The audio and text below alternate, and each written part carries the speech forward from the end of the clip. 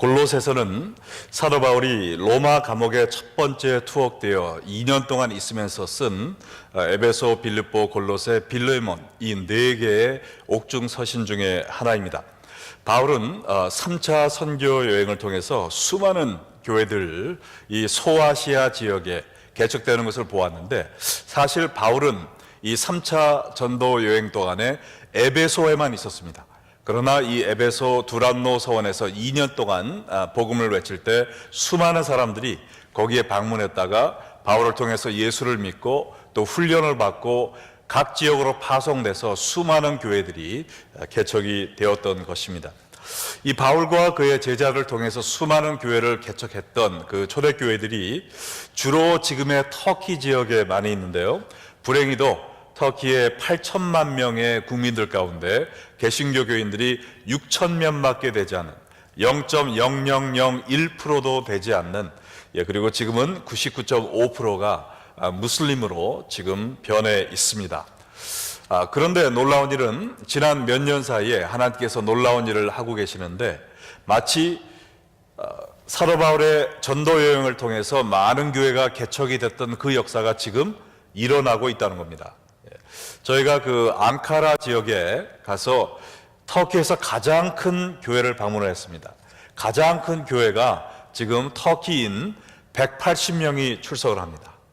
30년 전에 한국인 선교사를 통해서 개척된 앙카라 구원교회라는 데인데요, 여러분은 터키에서 가장 큰 교회가 180명밖에 교인이 되지 않는다라는 사실에 놀라셨을지 모르지만, 정말 놀라운 사실은요, 최근에 이 180명의 교회를 통해서 개척된 교회가 몇 개나 되느냐? 23개의 교회가 개척되는 겁니다. 거기 가보면요, 완전히 이 신약 성경을 읽는 것 같아요. 그 교회를 통해서 예수 믿은 사람이, 그 교회는 1년 과정의 그 훈련 과정이 있대요. 그 훈련 과정을 통해서 그냥 뭐 목사 한 수도 받는 게 아닙니다. 그냥 저 지역에 100만 명이 살고 있는데 거기에 교회가 하나도 없다. 당신 우리가 파송한다. 그러면 yes sir 하고 가는 겁니다. 거기에서 맨 땅에 헤딩하는 거예요. 기독교인이 하나도 없는 그 지역에 가서 혼자 믿음을 지키는 것조차 힘든데, 거기에 가서 사람을 한 명씩 한 명씩 만나서 전도하고 교회를 개척하는 겁니다. 그리고 그 사람들을 돌아다니면서 또 격려하는 역할을 하는 부부가 또 있더라고요. 그러니까 사도 바울이 교회를 개척하고 그다음에 이렇게 방문한 것처럼 그런 역할을 하고, 또 어떤 사람들은 가서 교회를 개척하는 그런 역할을 하고, 그래서 정말 하나님께서 이 놀라운 역사를 하고 계신 이 터키 땅에 저희가 내년 4월에 단기 선교를 가게 될 예정인데요, 여러분들도 함께 가셔서 이 놀라운 하나님의 역사를 직접 목격하시기를 바랍니다. 자, 오늘의 본문인 골로새서 2장 1절 말씀을 보시기 바랍니다. 내가 너희와 라오디게아에 있는 자들과 물은 내 육신의 얼굴을 보지 못한 자들을 위하여 얼마나 힘쓰는지 너희가 알기를 원하노니. 자, 바울은 골로새 교인들에게 편지를 쓰면서 너희와 또 라오디게아 교인들과 그리고 내 얼굴을 보지 못한 모든 사람들을 위하여 내가 얼마나 힘쓰는지 너희가 알기를 원한다라는 말로 오늘 본문을 시작합니다. 자, 골로새 교회 옆 동네에 라오디게아 교회가 있었고요, 또 옆 동네에 히에라볼리 교회가 있었습니다. 그런데 이 세 교회는 전부 다 바울을 통해서 에베소에서 예수를 믿은 에바브라라는 사람을 통해서 개척이 됐고, 바울은 이 세 교회에 한 번도 들려본 적이 없어요. 그래서 당연히 그 사람들도 바울을 보지 못했고 바울도 그 사람들을 한 번도 만나보지 못했던 겁니다. 그럼에도 불구하고 바울은 그들을 얼마나 아끼고 사랑했는지, 자신이 지금 로마 감옥에 갇혀 있으면서 바울은 오로지 자기 생각은 안 하고 골로새와 온 지역에 퍼져 있는 교회의 초대교회 성도들의 영적 회복과 부흥을 위해서 염려하고 계속 힘쓰고 있었다, 그런 거예요. 자, 감옥에 갇혀있던 바울이 무슨 일을 할 수 있겠는가? 여러분이 의아하게 생각하실 수 있지만은 바울 서신 3권 제자훈련에 바로 이번 주에 나온 겁니다. 거기에 보면 뭐가 있냐면은 바울이 1차 로마 감옥 투옥은요, 철창에 갇혀있던 것이 아니라 가택연금이었습니다. 그래서 비교적 자유로움이 좀 주어졌어요. 그래서 4가지 사역을 했는데, 첫 번째는 바울을 찾아온 수많은 사람들에게 복음을 전했습니다. 그리고 거기서 또 예수 믿고 훈련받은 사람들을 각 지역에 파송을 했어요. 그리고 여러 교회들에게 편지를 써서 보냈습니다. 그리고 그 교회들을 위해서 기도하는 이 4가지 사역을 했다 그랬어요. 얼마나 열심히 했느냐, 여기 1절 말씀해 보니까 내가 얼마나 힘썼는지라고 했는데, 이 힘쓰다라는 말이 헬라어는 아고나라는 말입니다. 아고나라는 말을 들으시면서 영어 어떤 단어가 생각나세요? 중학교 때 공부 열심히 하셨던 분들. 아고나, agony라는 말이 생각나시죠? agonize, 고통하다, 사투와 번민을 얘기하는 agony. 내가 agonize 했다라고 지금 이야기를 하고 있습니다. 바울은 여러 곳에 개척된 교회들이 건강하게 성장해 나가는 것을 바라면서 감옥에서조차 자신의 사역을 멈추지 않고 열심히 고통하며 번민하며 이 일을 위해서 계속 일했던 것입니다. 그래서 골로새서 1장 9절에도 보면 바울의 기도의 사역에 나와 있죠. 이로써 우리도 듣던 날부터 너희를 위하여 기도하기를 그치지 않고 구하였다. 얼마나 열심히 기도했습니까? 그뿐 아니라 1장 24절에 보면 이 일을 위하여 괴로움을 기뻐하고, 또한 예수님이 받으셨던 그 고난을 자기 몸에 받는 것도 마다하지 않고 성도 세우는 일에 힘썼다라고 24절에 그리스도의 고난을 내 육체에 채우노라라고 이야기를 했습니다. 자, 그러면 사도 바울이 이 골로새 교회와 초대교회들을 위해서 감옥에서조차 멈추지 않고 계속했던 그 사역이 무엇이었을까요? 사도 바울이 로마 감옥에서 참수형을 당하는 그 순간까지 멈추지 않고 힘썼던 그 사역, 이제는 여러분과 제가 감당해야 될 줄로 믿습니다. 아멘이 좀 시원찮아요. 여러분과 제가 감당해야 될 줄로 믿습니다. 아멘. 자, 그래서 여러분과 저도 주님께 부름받는 그 순간까지 이 3가지 사역을 위해 정진해야 될 것입니다. 첫 번째 사역은 뭐냐? 하나님의 비밀인 그리스도를 알게 하는 사역이었습니다. 하나님의 비밀인 그리스도를 알게 하는 사역. 2절에 보니까 이는 그들로 마음의 위안을 받고 사랑 안에서 연합하여 확실한 이의 모든 풍성함과 하나님의 비밀인 그리스도를 깨닫게 하려 합니다. 여기에 말씀 보면은 사도 바울이 힘쓴 사역이 3가지인 것처럼 나와 있어요. 성도들의 마음을 위로하는 사역과, 그들을 사랑으로 연합하게 하는 사역과, 그리고 하나님의 비밀인 그리스도를 깨닫게 하는 사역, 이 3가지인 것처럼 나와 있지만 이걸 자세히 보면 처음 2가지 사역은 마지막 3번째 사역을 위한 도구임을 알 수가 있습니다. 성도들을 위로하고 사랑으로 연합시킴으로 말미암아 하나님의 비밀인 그리스도를 깨닫게 한다라고 이야기를 한 것입니다. 여러분, 우리가 교회에 오는데 여러 가지 이유로 오는 분들이 많이 있습니다. 교회에 와서 세상에서 지치고 피곤한 마음에 위로와 위안을, 평안을 받는 것, 이것도 좋은 일이에요. 또 교회 안에서 성도들이 하나 되어서 정말 좋은 신앙의 친구를 갖는 것, 이것도 좋은 일입니다. 그러나 그것들은 교회의 궁극적인 목적은 아니란 말이죠. 궁극적인 목적은 뭡니까? 하나님의 비밀이신 예수님을 만나는 것임을 믿으시면 아멘 하시 바랍니다. 물론 교회가 어지러워서 사람들의 마음이 평안하지 못하고, 또 교인들 가운데 갈등과 분열이 있으면 안 되겠죠. 왜냐하면 그 사람들이 복음을 듣기도 전에 뿔뿔이 헤어지지 않겠어요. 그러나 우리가 아무리 좋은 프로그램을 해서 사람들이 교회만 오면 내 마음이 평안해 이야기하고, 또 사람들이 정말 사랑으로 하나 되고 쿰바야 손을 잡고 부르면서 주 안에서 아름다운 공동체를 이룬다 해도 우리 교회를 통해서 하나님의 비밀 대신 예수님을 만나는 사람들이 생기지 않는다면 우리는 실패한 교회입니다. 우리 교회뿐만 아니라 여러분도 신앙생활을 할 때 아, 내가 교회 갔더니 마음이 편안해. 교회 가서 좋은 친구 사귀었어. 여기서 끝나면 헛수고했다는 것이죠. 우리 신앙생활의 궁극적인 목적은 하나님의 비밀이신 예수님을 만나는 것임을 믿으시기 바랍니다. 자, 그럼 왜 예수님을 하나님의 비밀이라고 했을까요? 여기서 비밀이란 단어는 헬라어로 미스테리온이라고 합니다. 또 영어로 어떤 말이 생각나세요? 미스터리? 비슷한 미스터리, 그죠? 미스테리, 한국말로 미스테리라고 하죠. 네. 이 미스테리온이란 말은 사람들이 알지 못하게 일부러 감춰놓은 시크릿을 얘기하는 게 아니에요. 이것은 우리의 머리로 이해하기 힘든 미스터리를 이야기하는 겁니다.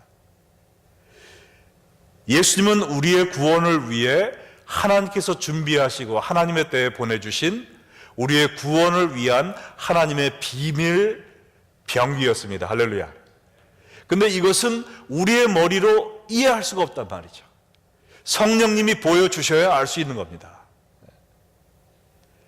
하나님만이 우리에게 보여줄 수 있는, 믿지 않는 자에게는 가려진 하나님의 미스터리라는 것이죠. 사도 바울은 로마서 16장 25, 26절에 이야기하기를 나의 복음과 예수 그리스도를 전파함은 영세전부터 감추어졌다가 이제는 나타내신 바 되었으며 영원하신 하나님의 명을 따라 선지자들의 글로 말미암아 모든 민족이 믿어 순종케 하려고 알게 하신 바 그 신비의 그 미스테리어스한 계시를 따라 된 것입니다. 예수 그리스도는 모든 민족이 믿고 하나님의 백성이 되게 하기 위하여 하나님이 계획하시고 하나님이 정하신 때에 예수님이 십자가를 통해 우리가 이해할 수 있도록 우리의 구원의 길을 보여주신 구원의 비밀이라는 겁니다. 우리는 예수님을 통해 가장 큰 인류의 문제인 죄 문제를 해결받을 수 있는 비밀을 알게 됐다는 것이죠. 골로새서 2장 3절 말씀처럼 그 안에는, 예수님 안에는 지혜와 지식의 모든 보화가 감추어 있느니라 그랬어요. 예수님을 아는 것은 이 세상의 모든 지혜와 지식을 아는 것과 같다는 말입니다. 왜냐하면 예수님이 알파와 오메가이시고 처음이며 끝이시기 때문이에요. 우리가 모든 민족의 구원을 위한 하나님의 비밀이신 예수님을 알게 됨으로 말미암아 영원한 멸망에서 구원을 받게 되는 가장 중요한 지혜와 지식을 깨닫게 된다는 것입니다. 그래서 사도 바울은 무엇보다 먼저 세상 모든 민족이 예수님이 우리의 구원을 위하여 예비해 두신 하나님의 비밀이란 이 사실을 깨닫기를 원했던 것입니다. 그러면 여러분과 제가 제일 먼저 힘써야 될 일이 무엇인가요? 우리가 제일 먼저 힘써야 될 것은 돈 많이 벌어서 성공하는 건가요? 아주 멋진 사람 만나서 장가가고 시집 가는 건가요? 뭘까요? 우리도 예수 그리스도만이 하나님이 예비하시고 준비하신 우리의 유일하신 구세주이심을 사람들로 하여금 깨닫게 하는 것, 이것이 우리가 해야 될 가장 중요한 일임을 믿으시기 바랍니다. 여러분 진짜 믿으시면 아멘 해보세요. 안 믿으시면 노멘 해보세요. 우리가 이것을 위해 사는 겁니다. 이것이 하나님께 가장 큰 기쁨을 드리는 일이요, 가장 큰 영광이 되는 일이에요. 그러면 우리가 이걸 위해서 과연 얼마나 노력하며 살고 있냐는 것이죠. 우리 전부 다 핑계가 많을 거예요. 아, 나는 지금 먹고 살기에 바빠가지고요. 아, 지금 뭐 할 일이 너무 많아가지고요. 아는 사람이 없어가지고요. 말주변이 없어가지고요. 몸이 건강하지 못해가지고, 나이가 많아가지고요. 사도 바울은 로마 감옥에 있으면서도 일을 했습니다. 여러분, 제가 어느 할머니 이야기를 들었는데요. 몸이 아파서 병석에 누워서 꼼짝 못하는 할머니가 1년에 10명을 전도했다는 이야기를 들었어요. 믿어지십니까? 네. 설마 하는 눈초리로 보는 분이 계신데, 어떻게 했냐 물어봤더니요. 제가 물어본 건 아니고 이야기를 들었는데, 이분이 한국에 있는 분인데요. 돈은 좀 있는 분이에요. 그래가지고 뭘 하셨냐? 기도하다가 지혜를 얻었습니다. 그래서 알바생을 구했어요. 무슨 알바생이냐? 성경 읽어주는 알바생을 구한 겁니다. 내가 병져서 혼자 누워있는데 내가 하나님의 말씀을 듣기 원하니까 1시간에 10,000원씩 주겠다. 와서 성경을 읽어다오 했더니 그 젊은 청년들이 왔을까요? 안 왔을까요? 그것처럼 쉬운 잡이 어디 있어요? 그냥 책만 읽어주면 되는데. 그래서 요한복음을 계속 읽게 한 겁니다. 처음부터 끝까지. 그래도 예수 안 믿으면 또 읽게 하고. 그 알바생을 구하는데 조건이 딱 하나 있어요.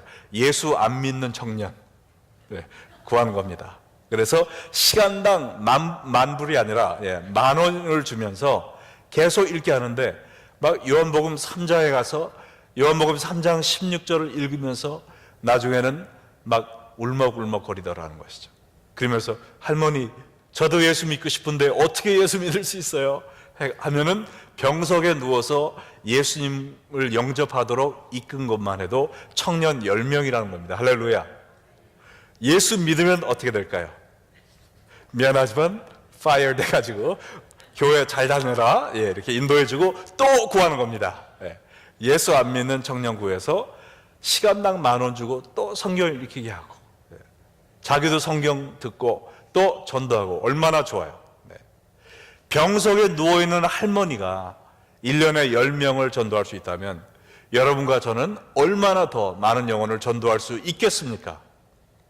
사도 바울과 같은 마음으로 힘써 이 일을 위해 정진하는 마음이 있다면 정말 우리를 위해서 하나님이 더 많은 영혼을 구원하실 줄로 믿습니다. 우리가 이 일을 하라고 지금 살아있는 거예요. 예수 그리스도께서 우리의 구원을 위해 하나님이 예비하신 하나님의 비밀임을 선포하고 깨닫게 하는 여러분 되시기를 축원합니다. 자, 두 번째로 사도 바울이 힘쓴 사역은요, 성도들이 거짓 교훈에 속아 넘어가지 않도록 하는 사역이었습니다. 거짓 교훈에 속아 넘어가지 않도록 하는 사역. 자, 바울이 골로새서를 쓴 또 하나의 이유가 4절에 나와 있죠. 내가 이것을 말하면 아무도 교묘한 말로 너희를 속이지 못하게 하려 함이니. 그 당시 로마 감옥에 있던 바울을 가장 염려하게 만든 것은 골로새 및 여러 초대 교회에 침투해 있던 이단 세력들이었습니다. 그 당시 대표적인 이단들은 예수님의 십자가 구원을 믿는 것만으로 부족하다, 율법을 지키고 할례를 받아야 된다라고 얘기했던 유대교 율법주의자들이었어요. 그리고 거룩하신 하나님이 어떻게 더러운 인간의 몸을 입고 오시겠느냐, 그것을 부인했던, 하나님의 신성을 부인했던 영지주의자들이 있었습니다. 그 외에도 세속주의자들, 또 천사 숭배자들 등 여러 가지 이단들이 교묘한 말로 성도들을 꼬여서 넘어뜨리고 있었단 말이죠. 그래서 사도 바울은 13개의 서신을 쓰게 된 거예요. 이단 교류에 넘어가지 않도록, 예수님을 잘 믿고 올바로 신앙 위에 굳건히 서도록 이 서신을 써서 각 교회에 보냈던 것입니다. 그래서 이 2장 5절에 나와 있는 것처럼 골로새 교회에서 바울이 육신으로 떠나 있지만 이 기도와 말씀을 통해 심령으로 그들과 함께 있어서 그들을 인도함으로 말미암아 그들이 질서 있게 행하고 또 믿음에 굳건하게 된 것을 기뻐할 수 있게 됐다라는 것이죠. 여기 5절에 나온 질서, orderliness, 그 다음에 굳건함, firmness, 이것은 당시 군사 용어에서 따온 말입니다. 전투에서 승리하기 위해서는 그 군기가 잘 잡혀 있어요. 정연하게 있어야 되고 또 최신 무기로 굳건히 무장을 해야 되는 것이죠. 이와 마찬가지로 우리도 마귀의 영적 공격에 대항해서 승리하기 위해서는 성령의 검인 하나님의 말씀을 붙잡고 마귀에게 대적해야 될 줄로 믿습니다. 에베소 6장에 나온 하나님의 전신갑주 중에 공격 무기는 단 하나밖에 없어요. 나머지는 전부 다 방어용 무기고 유일한 공격 무기는 뭐예요? 성령의 검인 하나님의 말씀입니다. 자, 그래서 우리가 믿음 위에 굳건히 서서 흔들리지 않는 신앙을 갖기 위해서는 나도 말씀으로 무장해야 되고 서로에게 말씀으로 무장을 시켜야 되는 거예요. 로마서 10장 17절 다 같이 읽겠습니다. 그러므로 믿음은 들음에서 나며 들음은 그리스도의 말씀으로 말미암았느니라. 세월이 흐르고 시대가 바뀌어도 하나님의 말씀은 영원히 변하지 않습니다. 그리고 우리의 믿음을 굳건히 지켜주는 것도 오직 유일하게 하나님의 말씀입니다. 그러므로 우리가 하나님의 말씀을 전파하고 듣는 방법은 바뀔지 몰라요. 우리가 옛날에 PPT 안 썼잖아요. 유튜브에서 말씀 안 봤잖아요. 말씀을 전하는 방법은 바뀔 수가 있습니다. 그러나 하나님의 말씀은 영원히 변하지 않고 하나님의 말씀만이 우리의 믿음을 굳건히 해줄 수 있는 도구임을 믿으시면 아멘 하시 바랍니다. 얼마 전에 한국의 어떤 중등부가 놀라운 부흥을 하고 있다는 이야기가 있어서, 근데 그 중등부가 어떤 재미있는 오락 순서를 통해서 성장한 게 아니라 중학생 아이들을 놓고 성경 통독 프로그램을 했다는 겁니다. 창세기부터 요한계시록까지 여러 번에 걸쳐 모여서 아이들하고 성경을 읽는 그런 프로그램을 통해서 중등부가 부흥했다는 것이 믿어지세요? 아니, 중학생들이 어떻게 한 자리에 앉아서 이렇게 성경을 읽었을까? 의아하게 생각하시겠지만 이 전도사님이 기발한 아이디어를 써가지고요, 이 성경을 읽는데 어떻게 읽었냐면은 랩하는 식으로 읽었다는 겁니다. 딱 앉혀놓고 한 명 랩 잘하는 애 나오게 해서 너 창세기 1장 한번 랩식으로 읽어봐. 태초에 하나님이 천지를 창조하시니 오예 오예. 그러니까 또 빛이 있으라 하시니 빛이 있었도다. 오예 오예. 그러니까 애들이 신나가지고 막 하나님의 말씀을 읽는데 자기들 믿음으로 읽는 거예요. 오예 오예. 끝나니까 저런 사람 제가 한번 읽어볼게요. 나와서 또 춤을 추면서 막 읽으니까 애들도 랩하면서 얼마나 좋습니까? 그죠? 아이들이 좋아하는 그러한 가락으로 하나님의 말씀을 듣는 거예요. 그러니까 애들이 오예 오예 하다가 오 주여 하면서 꼬꾸라치더라는 거예요. 예. 하나님의 말씀을 듣고 전파하는 방법은 바뀔 수 있지만 아직도 그 살아계신 하나님의 말씀 안에 능력이 있습니다. 그 능력을 통해 우리의 믿음이 굳건히 세워지는 거예요. 이번 학기에도 정말 제자 학교가 지금 잘 진행되고 다음 주면은 우리가 끝나는데요.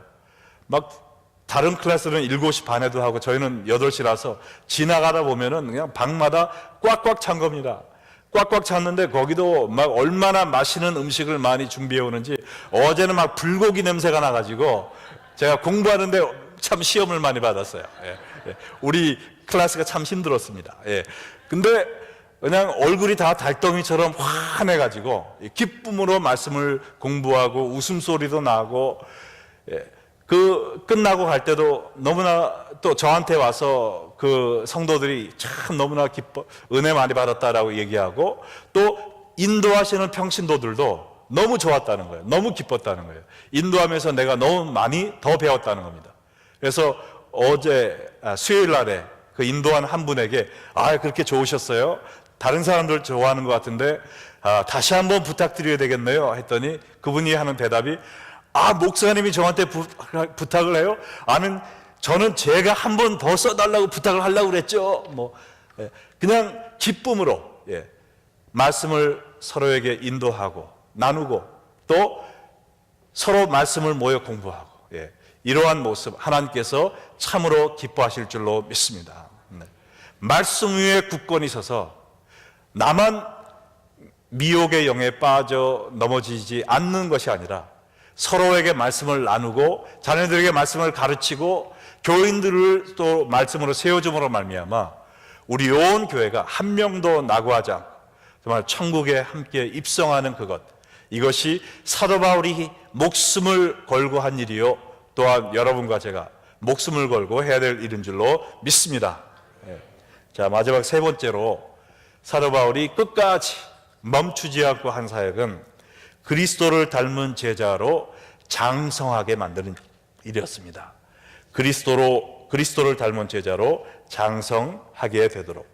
6절과 7절에 보면 예수님을 닮은 제자로 성장하는 과정이 나와 있죠. 그러므로 너희가 그리스도 예수를 주로 받았으니 그 안에서 행하되. 자, 예수님을 우리의 주로 받았으니, 예수님이 우리의 주님이시니, 주인이시니, 예수님이 원하시는 그 일을 행하며 살아야 된다는 겁니다. 근데 어떻게 그렇게 되느냐? 첫 번째는 그 안에 뿌리를 박으며 그랬어요. 나무가 땅에 뿌리를 박아야 그 땅에서 영양분을 공급받아 성장할 수 있는 겁니다. 우리도 신앙의 뿌리를 예수님께 깊게 박아야 돼요. 그것은 예수님을 나의 구세주로 영접하고 시인하고 주님에게 내 삶을 맡겨드리는 것을 의미합니다. 거기서 끝나는 것이 아니라 세움을 받아 그랬어요. 우리가 예수 믿고 나는 다 됐다, 이제는 천국 가니까 마음대로 살아도 된다, 그게 아니라 세움을 받아야 됩니다. 자라나야 되는 거예요. 영적인 성장. 아까 얘기한 것처럼 말씀을 통해서, 기도를 통해, 예배를 통해서, 제자 훈련을 통해서 우리가 날마다 성장해 가야 되는 거예요. 예수 믿는다고 하고 영적인 음식을 먹지 않으면 어떻게 됩니까?